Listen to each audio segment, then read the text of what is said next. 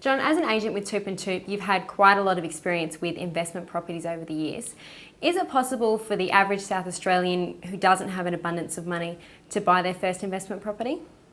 Yes, you can buy an investment property with limited funds, put it that way. And the deposit that is required is usually 20%. So if you look at an investment property around the 300,000, that means you need around about $60,000 deposit. However, some first-time investors have equity in their current home where they're living. They may have built that equity up over the years, so their property that they're currently living in, the family home if you like, may offer that deposit as well. Is there a complicated process involved with buying an investment property? And the funding is probably the tricky bit, in that, as I said before, you probably need a 20% deposit to arrange the funding or equity in a property. But the process itself is relatively simple. Just go along to a real estate agent, have a look obviously in the press, on the internet, etc., and choose a property that takes your fancy or you think may be for your liking.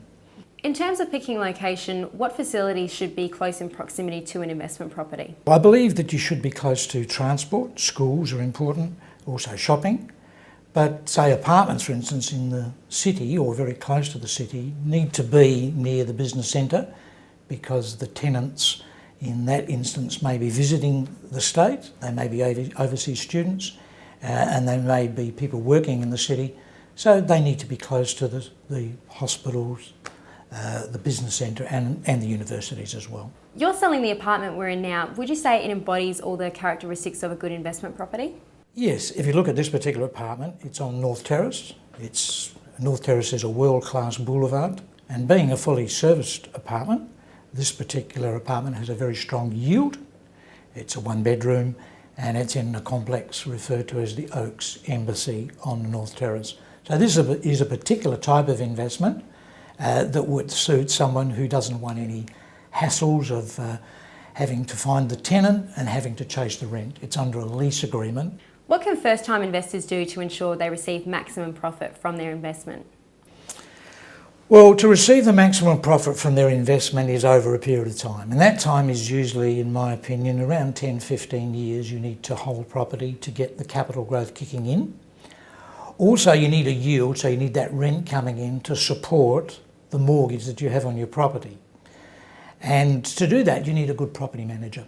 So at the end of the day, I think you need someone, a competent property manager to look after the property, or have it under a lease agreement so that you know that you're getting that cash flow.